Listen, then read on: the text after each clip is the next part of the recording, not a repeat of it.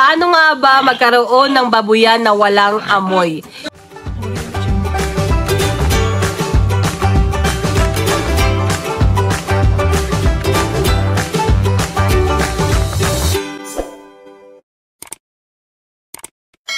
Hi guys! Magandang araw!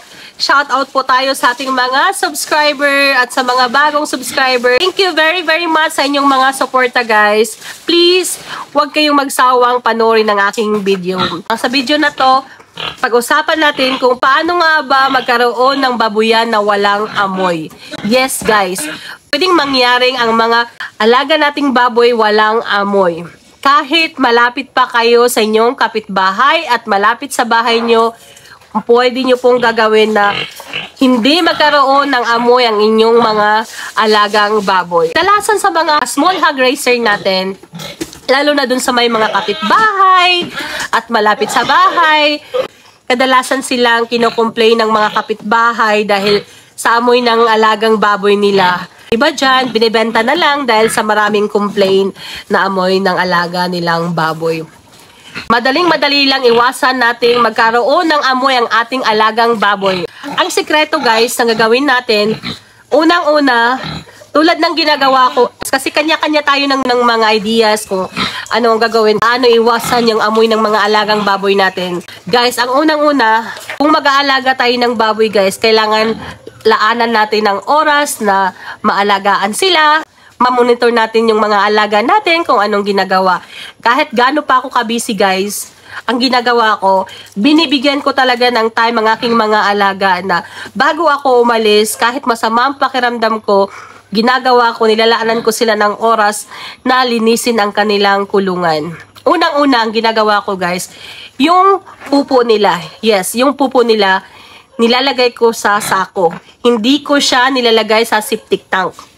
Kasi nangangamoy din yan guys, may tendency mangangamoy din yan kasama doon sa ihi nila.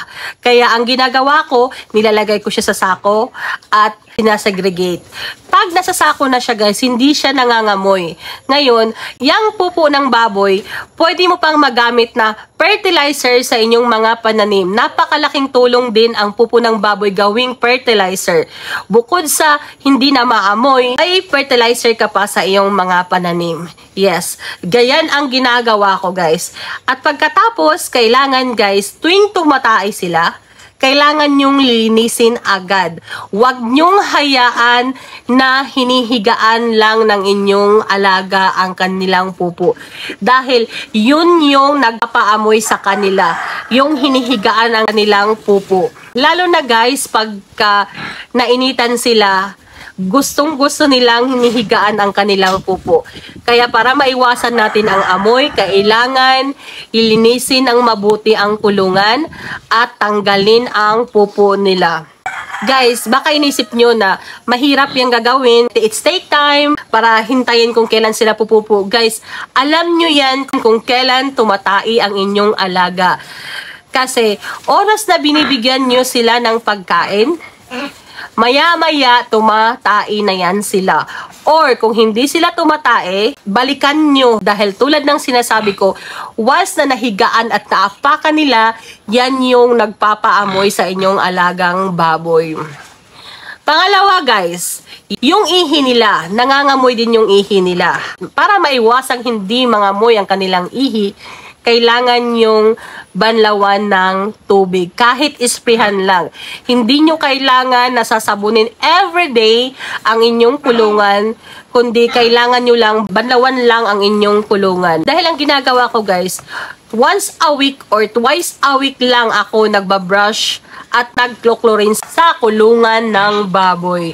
So, bukod sa malinis na at walang amoy yung kapaligiran natin, malinis din ang alaga natin at iwas sakit din sa mga alaga nating baboy. Kaya kahit kumain kami dito sa loob ng kulungan ng baboy namin guys, hindi ka mandidiri dahil wala kang maamoy kahit kaunti man lang. kahit ihi. Dahil masasabi kong napakalinis ng kulungan ng baboy namin.